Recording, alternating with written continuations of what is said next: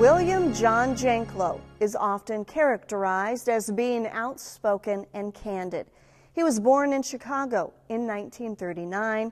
Along with his mother and siblings, he would move to Flandreau, South Dakota at the age of 11 after the death of his father.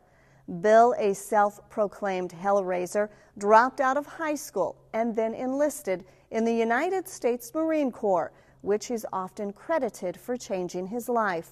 While serving, Bill was wounded in an international crisis off the coast of mainland China and honorably discharged. He would return to South Dakota, where he enrolled at the University of South Dakota in 1960. 6 years later, he graduated from the USD School of Law and shortly thereafter found his first job working for the people of South Dakota as a legal aid lawyer on the Rosebud Reservation. Bill has spent much of his life as a public servant, sitting in office serving the people of our state. He has served one 4-year term as South Dakota's Attorney General. He served as South Dakota's governor for a total of 4 terms, which is the longest serving governor in our state's history. Bill Janklow served 1 year as South Dakota's member of the United States House of Representatives. In 2003, he resigned from Congress after killing a man in a traffic accident. Bill Janklow is a household name in South Dakota. His policies, style, enacted legislation are all part of our state's history. That history also includes a number of appearances and speeches that Bill has left behind for historians to analyze and for our citizens to remember. Here's a look back at some of those more memorable moments. I wasn't going to run for governor. I made statements that I wasn't going to run for governor. And I had a lot of pressure from people to run. And then I don't even remember the process that I went through mentally to decide I had to try and do this. And so I did. Please raise your right hand and repeat after me. I, William J. Janklow. I, William J. Janklow. Do solemnly swear. Do solemnly swear.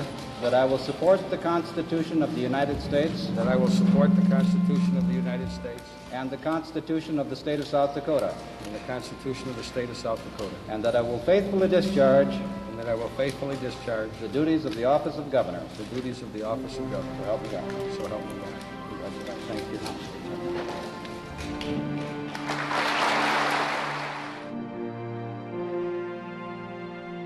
Somebody said to me yesterday, he says, you know, Janklow, everybody likes it that you tell it like it is until you do. And then you get into trouble. But you know, as we're about to embark upon the stewardship for you citizens of this state for the next 4 years, it kind of reminds me, as I look at the government, of the old story of the mountain climbers who were climbing the tall mountains in the Himalayas.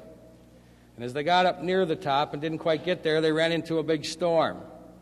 So they found refuge in a cabin, and they stayed in the cabin. When the storm was over, just as they were going to leave, another storm came up, and so they found refuge again, and then another storm, and another storm. And after about 6 months of this, some old native came by, and they asked the native when the storm was going to end, and the native said, there are always storms near the top. So unless you get out and try and climb the remaining amount to the top, you'll never make it, waiting for the storms to quit. And that's what we really think of as we embark on government. There are times when you have to speak out boldly. There are times when you have to engage in serious, confidential diplomacy. But there are all times when you have to engage in responsible stewardship.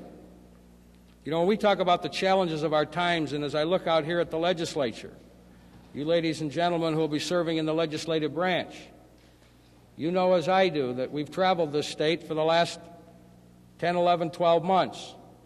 Some of you a lot longer than that as you're repeat individuals coming back. And we haven't sat down and invented what we felt were the problems of the people of South Dakota.